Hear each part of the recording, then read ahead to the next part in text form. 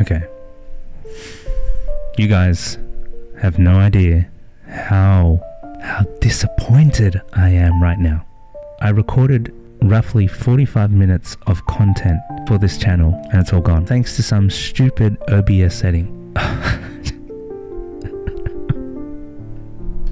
I recorded 30 minutes of the next news video that was supposed to be for this month, and I recorded a reaction, a genuine reaction to Lisa's new song Rockstar. I'm going to now try and re-record all of that as fast as possible, trying to reenact my genuine reactions to everything. But yeah, it's just not going to be the same. I'm so upset. You ever had that problem where you just poured your heart out into a really good couple of videos and it's all gone? It's all gone. Just because of some stupid OBS setting. Well, anyways, I'm going to try and redo everything in this one video as quick as possible. So let's jump straight into it.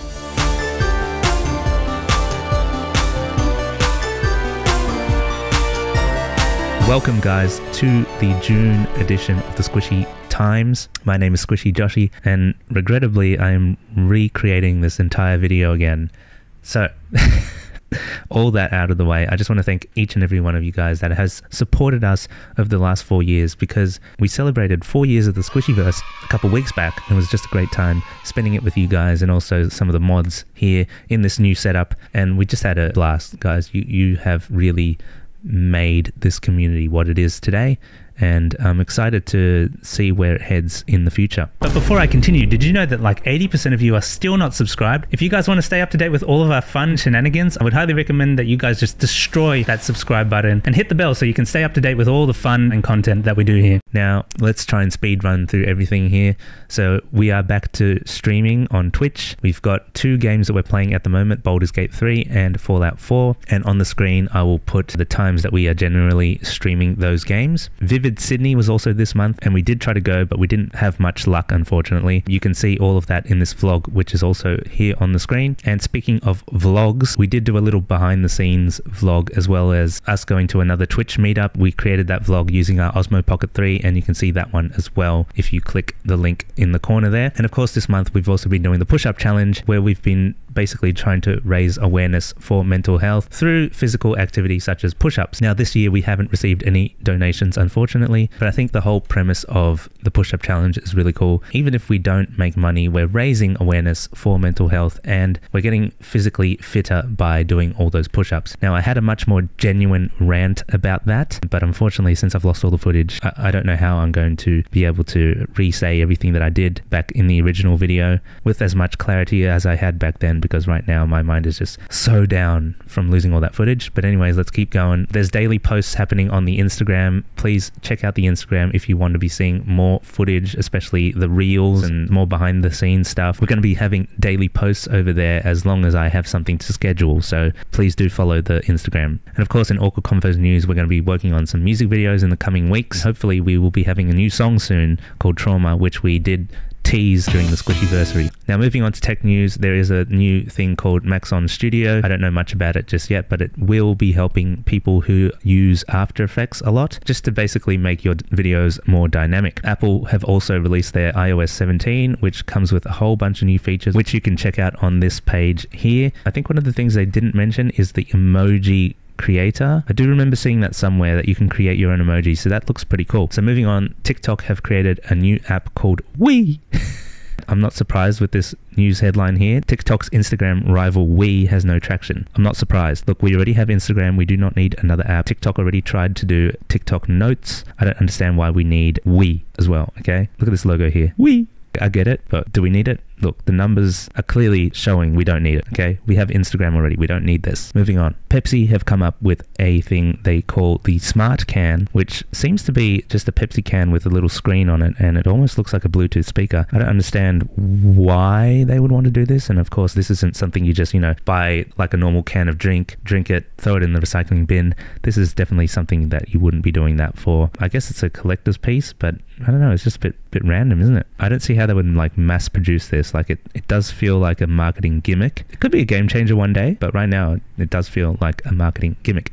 Anyways, moving on to design news. Okay, I had a whole rant about this. This is probably something you can find on a lot of other channels as well, but I did want to give my 2 cents. Adobe announced there were some changes to the terms of service, and they basically forced all their users to agree to it. One of the things that really got to people was in the clauses. It basically allowed for someone at Adobe to be looking at your private files. Now, this is a total breach of people's privacy, because imagine someone has an NDA with a client. It's just supposed to be between those 2 people who can see the work, and then you've just got some guy at Adobe looking at that stuff. It's kind of weird, because they're basically trying to say, oh look, we're trying to be on the lookout. We want to make sure that all the content that you guys are creating with our software is going to be appropriate, and also when it comes to putting that content into AI's machine learning, the AI will be referencing things that is safe for it to analyze. And to be honest, I'm just gonna have to agree with a lot of the other content creators on this. Adobe, you're not the police. You don't need to be doing that. There is the police for a reason. I'm not going to continue to go on it much further, because I did have a full-on rant about this, and I'm so mad that I lost all the footage, but I just needed to let you guys know, Adobe is not doing too well at the moment, to the point where their competitors, Affinity, have been basically joking about this whole situation and offering all of their software for 50% off while Adobe is in the middle of this controversy, which apparently they are saying is a misunderstanding. I love Adobe products. I really do. I think a lot of us do. It's just weird stuff like this that really get to us people. Look, if I didn't have access to Adobe, I would highly recommend Affinity. They're not a subscription service like Adobe is. You just basically pay for your products up front. It's a lot more affordable, and you'd probably make your money back anyways with your first client. So I think that's already saying a lot as to why people are sort of moving on from Adobe at this point. There's a lot of alternatives out there, but I don't know, it's really up to Adobe now how they move forward. And I do want to also mention there is a new social media website called Kara, specifically for artists and illustrators. I'm pretty sure also there is no use of artificial intelligence with the works that are being put up here. So if that sort of stuff is for you, please do check it out. I created an account recently. I'm curious to see what sort of stuff's on here. That's all I can say for now. Moving on to games. A lot of games have been announced this month, whether they were announced on the Summer Games Fest or not. There are a few that I want to bring to your attention. Dune Awakening, I believe it is supposed to be an open world game set in the Dune universe, which I think is going to be a bit weird, but also interesting, because I don't know, I feel like it's mostly going to be sand, right? Also, Civilization 7 was announced. Assassin's Creed Shadows. Haven't really been a fan of the Assassin's Creed games. I mean, for a long time. I did like the first one, but then after a while, it just seemed to be like, a copy-paste kind of deal. But this one kind of looks okay. I don't know. Who knows? It could be alright. Dragon Age The Veilguard was also announced. Apparently, it's a lot different from their previous game as well. So we'll see how that one turns out. And then, of course, Habbo Hotel Origins, a remake of the classic Habbo Hotel, is coming out as well. I should probably try it out on stream or something. It should be fun to just relive that nostalgia. Anyways, moving on to music. All My Life by Falling in Reverse featuring Jelly Roll is a country metal song that unironically slaps. I mean, if you listen to other Falling in Reverse songs, it's like this weird combination of like metal, rap, and other genres. I'm not really a fan of it, unfortunately, but I can kind of get behind this All My Life one, which is weird. There's a lot going on, but I find it fun.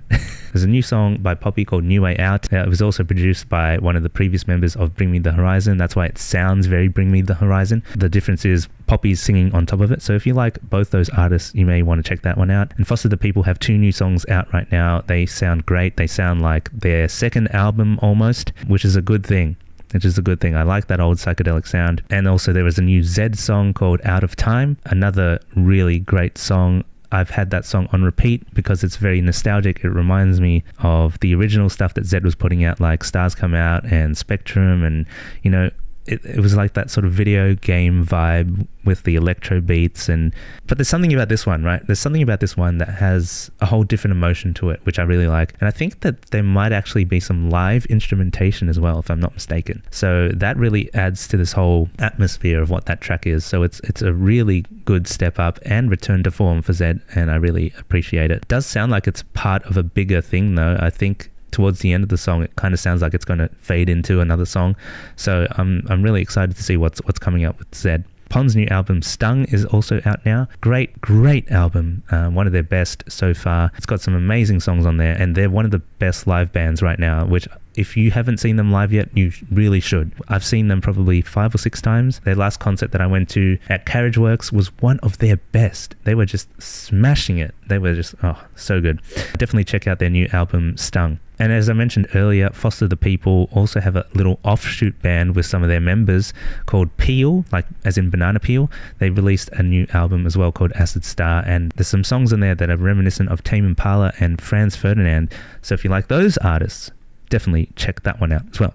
Now, in pop culture news, I'll wrap up with The Boys Season 4 is out. I definitely got to check that out, and we're also going to be doing a watch party for it on the Discord server. So if you're not a part of the Discord server yet, please do click on the link down in the description to join, or type out the link that is here on the screen. And the last bit of pop culture news I'll leave you with today is that there have been some paparazzi shots showing the new Superman. Now, you guys know I'm not a DC fan really, but this is what the new Superman's going to look like, and I think there is just a lot of backlash on it because people are expecting it to be more like how Henry Cavill's suit was, and who knows, maybe after CGI it will look closer to that. So guys, stop complaining. You haven't seen the movie yet, just wait till it comes out. But maybe they even want to be going for a more comic book accurate look. Like, if you've seen how Superman looks in the comics, this is closer to what it was. Alright? Anyways, I'm going to wrap up this news video now by reacting to new Lisa. Unfortunately, I don't have to have my reaction in a separate